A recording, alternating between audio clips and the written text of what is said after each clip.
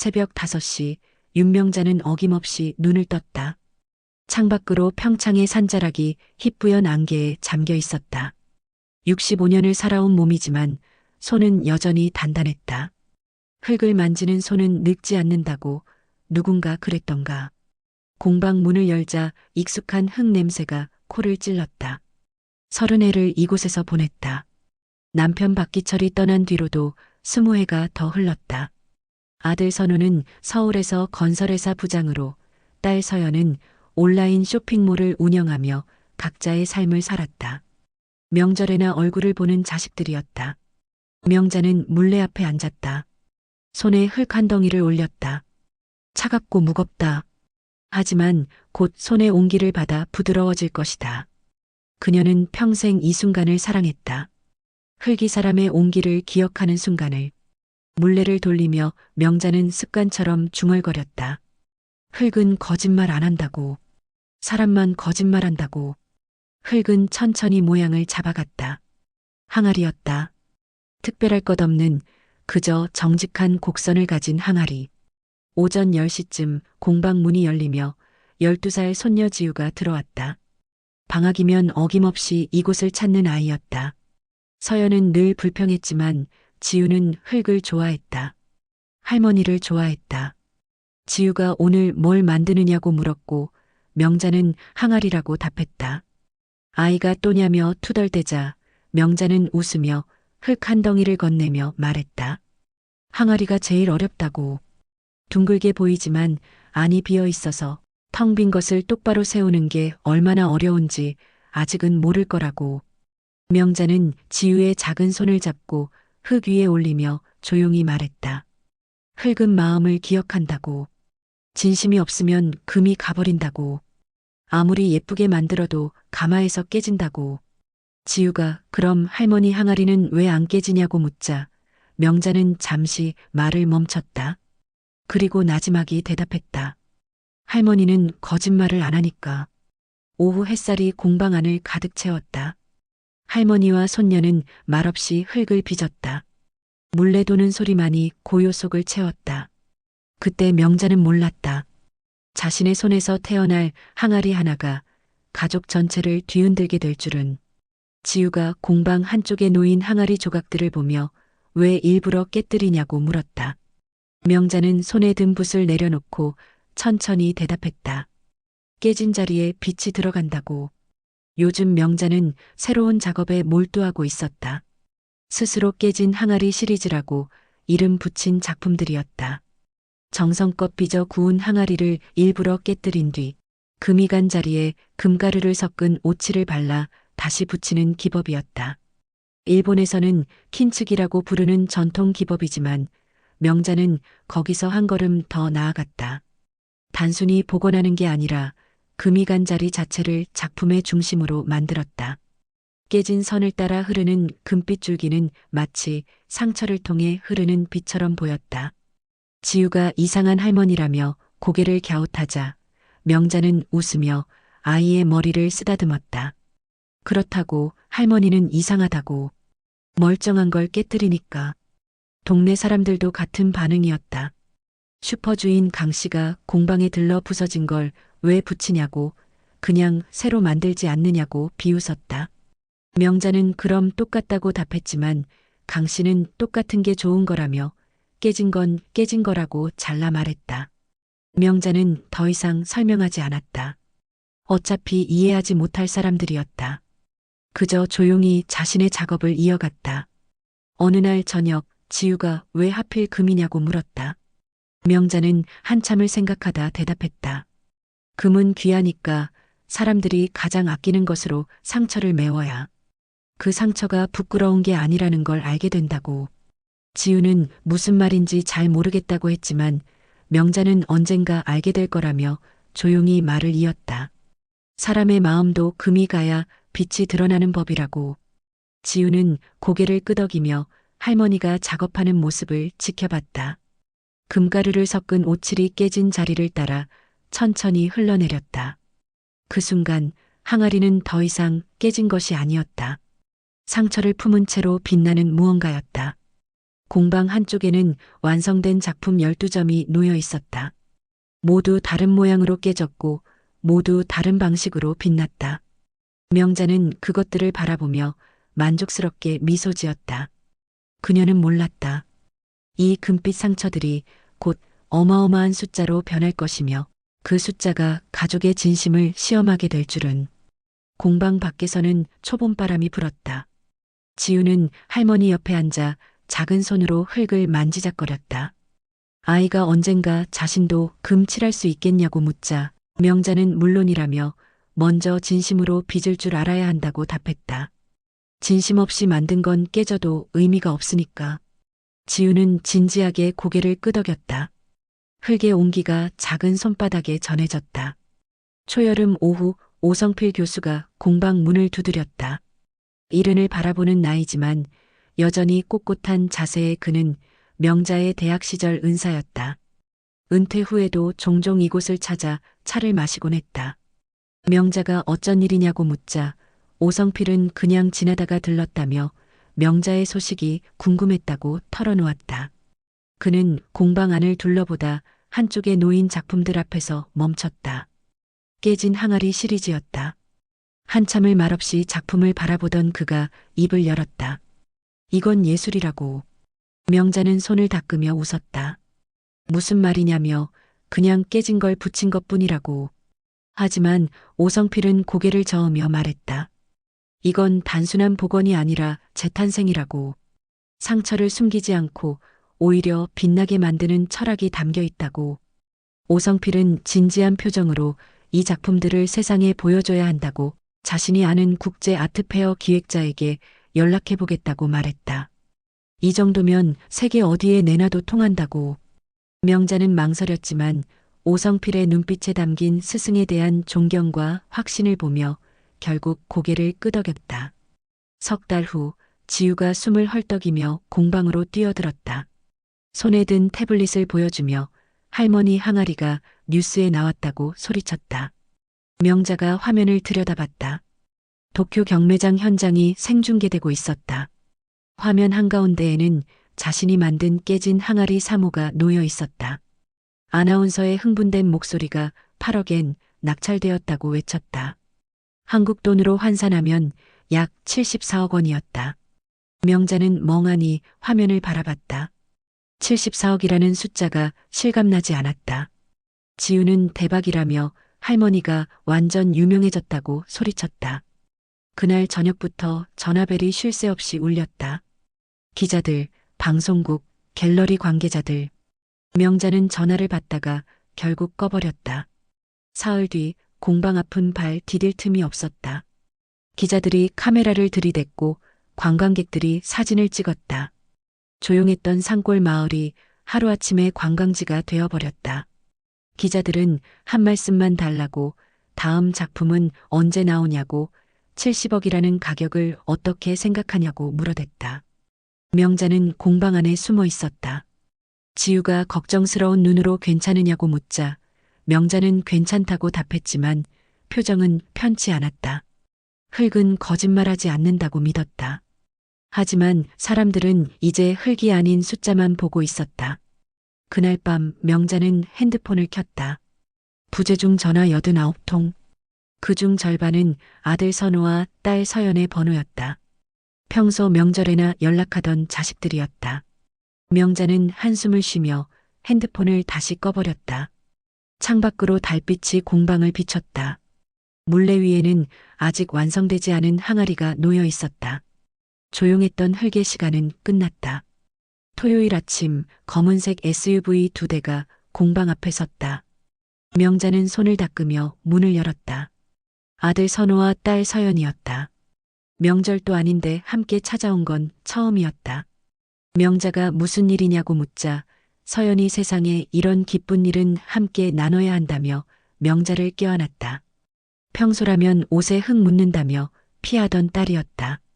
선우도 환하게 웃으며 그동안 어머니 걱정을 많이 했다고 혼자 산골에서 얼마나 외로웠겠느냐고 말했다.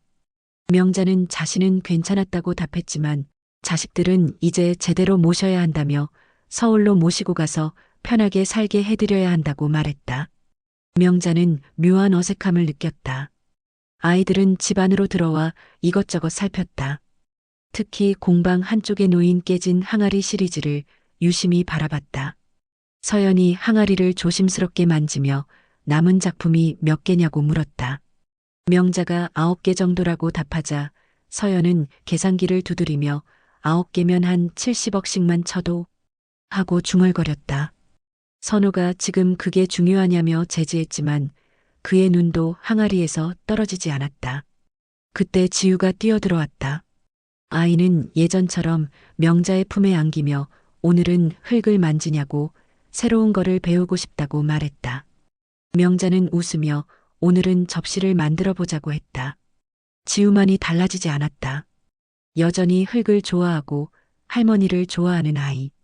명자는 손녀의 머리를 쓰다듬으며 안도의 한숨을 쉬었다. 저녁 식탁에서 서연이 갤러리에서 전속 작가 계약 제안이 들어왔다고 계약금만 10억이라고 말했다. 명자가 자신은 돈이 별로 필요 없다고 하자 서연은 어머니가 돈이 필요 없어도 작품 관리는 필요하다며 자신이 법률 자문을 받아보겠다고 했다. 선우도 세무사 친구한테 물어봤는데 작품 판매 수익에 대한 세금 문제가 복잡하다며 전문가 도움이 필요하다고 거들었다. 명자가 그런 건 나중에 하자고 하자 선우는 지금 안 하면 나중에 손해본다며 자신들이 도와드리겠다고 말했다. 명자는 더 이상 말하지 않았다. 아이들의 다정한 목소리 속에서 묘한 온도를 느꼈다. 따뜻한 듯하지만 어딘가 차가웠다. 밤이 깊었다. 자식들은 모처럼 공방에서 묵기로 했다. 명자는 홀로 작업실에 남아 일기장을 폈다. 손때 묻은 노트에 천천히 글을 썼다. 사람의 손길이 따뜻하면 흙이 숨쉬고 욕심이 스치면 흙이 식는다고. 펜을 내려놓고 창밖을 바라봤다. 달빛 아래 공방이 고요했다. 지우가 만든 작은 접시가 선반에 놓여 있었다. 아직 마르지 않은 흙에서 아이의 손자국이 선명했다. 명자는 그 손자국을 물끄러미 바라봤다. 진심의 온기는 이렇게 남는다고, 흙은 기억한다고 그녀는 믿었다. 하지만 욕심의 차가움도 흙은 기억할까? 명자는 조용히 눈을 감았다. 내일 아침 아이들과 무슨 이야기를 나누게 될지 알 수 없었다. 다만 한 가지는 확실했다. 돌아온 가족의 손길에서 흙의 온기는 느껴지지 않았다. 일주일이 지났다. 선우와 서연은 공방을 떠나지 않았다. 어머니 곁에 있어야 한다는 명목이었지만 명자는 점점 숨이 막혔다. 일요일 저녁 서연이 식탁에 서류를 펼치며 이제 진지하게 얘기해야 할 것 같다고 말했다. 전속 작가 계약서였다. 갤러리에서 조건 좋게 제안했다며 계약금 10억에 작품당 수익 73배분이라고 설명했다. 명자는 자신은 아직 계약 같은 건 생각 안 해봤다고 했지만 서연은 그게 문제라며 요즘 예술계 사기가 얼마나 많은데 전문가 도움 없이 계약했다간 다 뜯긴다고 말했다. 선우가 거들었다. 어머니가 여기서 혼자 사시기엔 이제 너무 위험하다고. 사람들이 다 안다고. 어머니 작품이 74억이라는 거. 도둑이라도 들면 어쩌려고 하냐며 이제 도시로 올라오라고 설득했다. 자신이 좋은 아파트를 알아봤다고, 작업실도 넓다고. 명자는 말없이 차를 마셨다. 다음 날 아침 서연이 명자의 방을 정리하다 통장을 발견했다. 이 통장들을 정리해야겠다고 말했다. 명자가 왜냐고 묻자 서연은 요즘 보이스피싱도 많고 공방 드나드는 사람도 많다며 자신이 안전하게 관리해주겠다고 했다. 서연의 목소리는 다정했지만 눈빛은 차가웠다. 오후에는 선우가 명자를 불러 이 공방 땅 문서가 어디 있냐고 물었다. 명자가 왜냐고 묻자 선우는 집 정리부터 해야 한다며 이 땅도 재개발 예정 구역이라던데 보상금 잘 받으려면 미리 준비해야 한다고 말했다. 명자가 자신은 여길 떠날 생각이 없다고 하자 선우는 어머니가 현실을 봐야 한다며 이제 작품도 유명해졌는데 여기서 뭐 하냐고 반문했다. 서울 가면 좋은 작업실에서 편하게 작업하고 자신들이 다 관리해주겠다고. 명자는 아무 말 없이 두 사람을 바라봤다. 다정한 말투, 걱정스러운 표정. 하지만 그 속에서 명자는 다른 것을 읽었다. 통장, 땅 문서, 계약서. 모든 대화의 끝에는 숫자가 있었다. 명자가 나지막이 중얼거렸다. 사람 마음은 흙보다도 쉽게 금이 가는구나. 그날 밤 명자는 오성필 교수에게 전화를 걸었다. 부탁이 하나 있다며 경매가 취소됐다는 얘길 잠시 흘려달라고 했다. 착오가 있었다고, 실제 낙찰은 안 됐다고, 그렇게 소문 좀 내달라고. 오성필은 잠시 침묵하다 혹시 자녀분들 때문이냐고 조심스럽게 물었다. 명자는 그렇다며 자신이 사람의 진심을 좀 보고 싶다고 답했다. 오성필은 알겠다며 내일 당장 업계에 연락해보겠다고 했다. 전화를 끊고 명자는 창밖을 바라봤다. 공방 앞에 세워진 2대의 SUV가 달빛 아래 빛났다. 지우가 잠꼬대로 할머니, 흑, 하고 중얼거렸다. 명자는 조용히 손녀의 방으로 가서 이불을 덮어주었다. 아이의 손에는 낮에 만든 작은 컵이 쥐어져 있었다. 아직 마르지 않은 흙에서 희미한 온기가 느껴졌다. 진심은 이렇게 따뜻하다. 명자는 그 작은 손을 가만히 바라봤다. 내일부터 시작될 시험이 두려웠지만 피할 수는 없었다. 사흘 후 뉴스가 터졌다. 도쿄 경매 깨진 항아리 3호 낙찰 취소, 착오로 밝혀졌다는 내용이었다. 오성필 교수가 약속대로 움직인 것이다. 기사는 빠르게 퍼졌다. 실제 낙찰가는 8천만 엔, 약 7억 원. 74억은 환율 계산 착오였다는 것이었다. 명자는 공방에 앉아 조용히 뉴스를 지켜봤다. 핸드폰이 울렸다. 서연이었다. 뉴스를 봤냐며 70억이 7억이라니 완전 헛소동이었다고 말했다. 목소리에서 실망이 묻어났다. 1시간 후 선우가 공방으로 들어왔다. 표정이 어두웠다. 진짜 허탈하다며 70억이라고 해서 얼마나 기뻤는데 하고 한숨을 쉬었다. 명자가 그래도 7억이면 큰 돈이라고 하자 선우는 7억이랑 70억이랑 똑같냐며 세금 떼고 나면 얼마 안 남는다고 잘라 말했다. 됐다며 이제 아무 일도 없던 거라고. 선우는 한숨을 쉬며 짐을 챙기기 시작했다. 서연도 마찬가지였다. 자신들은 내일 서울 올라간다고 회사 일도 밀렸다고 말했다. 서연은 가방을 매며 중얼거렸다. 에휴, 괜히 일주일 낭비했다고. 그래서 자신이 말했다고. 예술은 불안하다고. 돈이 안정적이어야 한다고. 저녁 무렵 지우가 뛰어들어왔다. 인터넷에서 할머니를 봤다며 70억이 아니었다는 걸 알고 있었다.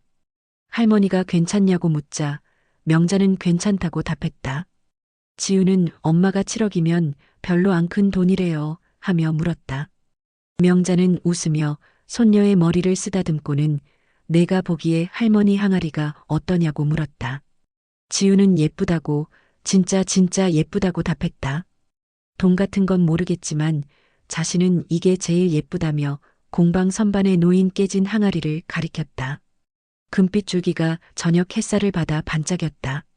명자는 그래, 넌 흙의 마음을 아는구나 하며 손녀를 꼭 안았다. 아이의 품에서 따뜻한 온기가 느껴졌다. 진심의 온도였다. 그날 밤 선우와 서연은 공방을 떠났다. 어머니 건강하시라고 가끔 연락하겠다고 했다. 서연은 혹시 또 경매 소식 있으면 알려달라고 이번엔 제대로 확인하고 하며 덧붙였다. 차가 떠나는 걸 지켜보며 명자는 조용히 숨을 내쉬었다. 지우가 아빠랑 엄마는 왜 저렇게 빨리 가냐고 묻자 명자는 바쁘니까 라고만 답했다. 지우는 저번에는 일주일 내내 있었는데 하고 중얼거렸다. 명자는 대답하지 않았다. 대신 손녀의 손을 잡고 공방으로 들어갔다. 우리 흙 좀 만질까 하고 물었다. 지우가 좋아요 하며 웃었다. 물레가 돌기 시작했다. 할머니와 손녀의 손이 흙 위에 포겠다. 차갑던 흙이 서서히 온기를 머금었다. 명자는 물레를 돌리며 생각했다. 진심의 시험은 끝났다. 70억이라는 숫자가 사라지자 자식들의 다정함도 함께 사라졌다. 하지만 지우는 달랐다. 아이는 숫자가 아니라 흙을 보았다. 할머니를 보았다. 지우가 이거 완성되면 금 칠할 거냐고 묻자 명자는 아니라고 이건 안 깨뜨릴 거라고 답했다. 진심으로 빚은 거니까 깨뜨릴 필요가 없다고. 지우는 고개를 끄덕였다. 이해했는지 안 했는지 모르지만 아이는 웃고 있었다. 공방은 다시 조용해졌다. 그리고 명자는 알았다. 금이 간 건 항아리가 아니라 사람의 마음이었다는 것을. 일주일 후 오성필 교수의 전화가 울렸다. 명자는 물레를 멈추고 핸드폰을 귀에 댔다. 교수의 목소리가 조심스러웠다. 경매는 취소된 적이 없다고. 정식 낙찰로 확정됐다고. 74억 원 맞다고. 축하한다고. 명자는 조용히 웃었다. 예상했던 대답이었다. 그렇군요. 하고 짧게 답했다. 오성필은 괜찮냐고 자신이 선생님 부탁대로 거짓 소문을 냈는데 미안하다고 말했다. 명자는 아니라고 교수님 덕분에 자신이 보고 싶은 걸 봤다고 답했다. 그럼 이젠 자신의 마음도 정리할 수 있겠다고. 명자는 전화를 끊고 창밖을 바라봤다. 초여름 햇살이 공방을 가득 채웠다. 지우가 마당에서 흙을 만지고 놀고 있었다. 다음 날 아침 뉴스가 터졌다. 도예가 윤명자, 경매 수익 74억 원 전액 기부. 평창의 지역 도예학교 설립 예정. 흙의 마음을 잊고 싶다. 기사는 순식간에 퍼졌다. SNS는 감동의 댓글로 넘쳐났다. 하지만 명자의 핸드폰은 다른 종류의 전화로 가득했다. 선우의 목소리가 떨렸다. 분노인지 당황인지 알 수 없었다. 이게 무슨 짓이냐고 70억을 기부라니 자신들한테 한마디 상의도 없이 이럴 수 있냐고 소리쳤다. 명자는 침착하게 답했다. 자신의 돈인데 자신이 쓰는 거라고. 선우는 정신 차리라며 그 돈이면 가족이 평생 편하게 살 수 있다고 외쳤다. 서연도 끼어들며 엄마가 제정신이냐고 도예학교는 무슨 그게 뭐가 중요하냐고 가족이 먼저라고 항변했다. 명자의 목소리는 차분했지만 단호했다. 너희가 가족이라고 생각했으면 7억일 때도 왔어야지. 서연이 그게 무슨 말이냐고 항변하자 명자는 말했다. 너희는 70억을 받고 지우는 흙을 받다고. 그게 다라고. 선우가 급하게 말했다. 다시 생각해보라고. 학교는 나중에 세워도 되지 않냐고. 일단 자신들이 관리하다가 하며 말을 이었다. 명자가 아들의 말을 끊었다. 선우야 하고 불렀다. 넌 언제부터 엄마 작품을 관리해야 할 재산으로 봤냐고. 침묵이 흘렀다. 명자는 계속했다. 엄마는 평생 흙을 빚었다고. 돈을 빚은 게 아니라고. 그걸 이제라도 알아줬으면 좋겠다고. 전화는 끊어졌다. 명자는 공방으로 돌아와 깨진 항아리 시리즈를 바라봤다. 금빛 줄기가 상처를 따라 흘렀다. 깨진 자리가 가장 빛났다. 지우가 들어오며 뉴스를 봤다고 학교를 세운다고 말했다. 거기서 자신도 배울 수 있냐고 물었다. 명자는 물론이라고 답했다. 지우가 눈을 반짝이며 그럼 자신의 친구들도 데려와도 되냐고 민지도 흙 만지고 싶대요 하고 말했다. 명자는 손녀를 안았다. 그래, 다 데려와. 흙은 누구에게나 따뜻하단다. 지우가 금빛 항아리를 가리키며 물었다. 이거 왜 일부러 깨뜨린 거냐고, 진짜 이유가 뭐냐고. 명자는 잠시 생각하다 대답했다. 사람은 다 상처가 있다고. 그 상처를 숨기려고만 하면 그냥 깨진 거라고. 하지만 상처를 인정하고 소중하게 메우면 그게 가장 빛나는 부분이 된다고. 지우가 상처가 빛나냐고 되물었다. 명자는 그렇다고 진심으로 메우면 그렇다고 답했다. 지우는 고개를 끄덕이다 물었다. 그럼 할머니는 상처를 뭘로 메웠냐고. 명자는 손녀의 머리를 쓰다듬었다. 너 같은 아이들로 진심으로 흙을 사랑하는 사람들로. 공방 밖에서 새소리가 들렸다. 여름이 오고 있었다. 명자는 물레 앞에 앉았다. 손에 새 흙을 올렸다. 차갑고 무겁다. 하지만 곧 따뜻해질 것이다. 명자가 조용히 중얼거렸다. 흙은 거짓말하지 않는다고. 돈은 사람을 시험하고 진심은 흙에 남는다고. 그리고 진짜 금은 항아리가 아니라 마음에 있다고. 명자는 조용히 물레를 돌렸다. 새로운 항아리가 태어나고 있었다. 이번엔 깨뜨리지 않을 것이다. 진심으로 빚었으니까. 공방은 비어 있었다. 물레는 멈춰섰고 선반에는 완성되지 못한 항아리 하나가 그대로 놓여 있었다. 윤명자가 마지막으로 만지던 흙은 이미 굳어버렸지만 그녀의 손자국만은 선명하게 남아 있었다. 명자는 조용히 떠났다. 70억 원 기부 발표 후 석 달이 지난 어느 가을날 아침이었다. 지우가 학교에 간 사이 그녀는 공방 문을 잠그고 산으로 올라갔다. 평생을 함께한 흙의 고향으로 돌아간 것이다. 마을 사람들은 사흘 뒤에야 그녀를 찾았다. 명자는 자신이 가장 좋아하던 소나무 아래 앉아 마치 잠든 것처럼 평화로운 표정으로 세상을 떠나 있었다. 손에는 작은 흙 한 줌이 쥐어져 있었다. 공방에는 오직 흙먼지와 은은한 향기만 남았다. 그리고 지우에게 전달될 작은 상자 하나. 장례식이 끝난 날 저녁 오성필 교수가 지우에게 상자를 건넸다. 할머니가 너에게 주라고 하셨다고. 15살이 된 지우는 떨리는 손으로 상자를 열었다. 안에는 작은 항아리 하나와 손편지가 들어 있었다. 항아리는 깨지지 않은 것이었다. 완벽한 곡선, 순수한 흙빛, 금도 상처도 없는 그대로의 모습이었다. 편지를 펼쳤다. 할머니의 익숙한 필체가 눈에 들어왔다. 지우야, 흙은 기억한단다. 진심으로 빚은 건 언젠가 다시 빛이 나. 할머니는 평생 깨진 것을 고쳤지만 너는 깨지지 않은 것을 만들 수 있는 아이야. 그게 할머니보다 더 큰 재능이란다. 하지만 살다 보면 언젠가 너도 상처를 받을 거야. 그때 기억해라. 깨진 자리마다 너의 마음을 채워라. 그게 금이든 흙이든 진심이든. 할머니는 흙으로 돌아간다. 그리고 언젠가 너의 손길을 통해 다시 태어날 거야. 사랑한다. 우리 지우야. 지우는 편지를 품에 안고 한참을 울었다. 오성필은 조용히 아이의 곁을 지켰다. 3년 후 평창 윤명자 도예학교 개교식 날이었다. 산 중턱에 지어진 학교는 소박했지만 따뜻했다. 나무와 흙으로 지은 건물, 넓은 작업실, 그리고 수십 개의 물레가 학생들을 기다리고 있었다. 교정 한켠에는 자연석으로 만든 비석이 서 있었다. 거기에는 간결한 문구가 새겨져 있었다. 흙은 거짓말하지 않는다. 윤명자.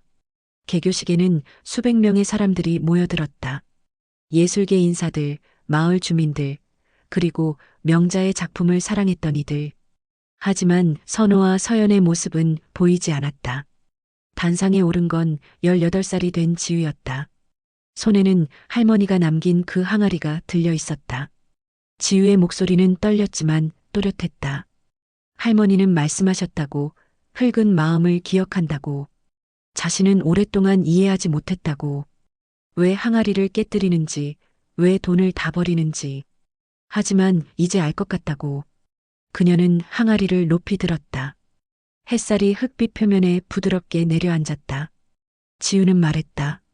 할머니는 깨진 것을 고치며 상처의 아름다움을 보여주셨다고. 하지만 진짜 가르침은 따로 있었다고. 진심으로 빚으면 애초에 깨지지 않는다는 것. 지우는 잠시 말을 멈추고 비석을 바라봤다. 그리고 조용히 말했다. 이제 제 차례예요, 할머니. 흙의 마음을 이어갈게요. 박수가 터져 나왔다. 사람들의 눈가가 붉어졌다.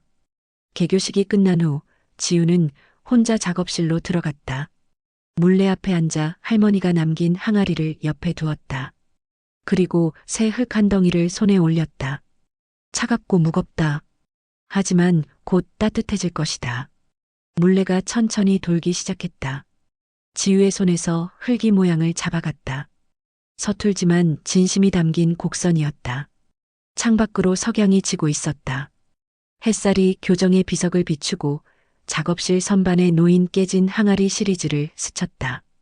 금빛 줄기가 빛을 받아 반짝였다. 지우는 물레를 돌리며 중얼거렸다. 흙은 거짓말 안 해. 할머니 말이 맞아.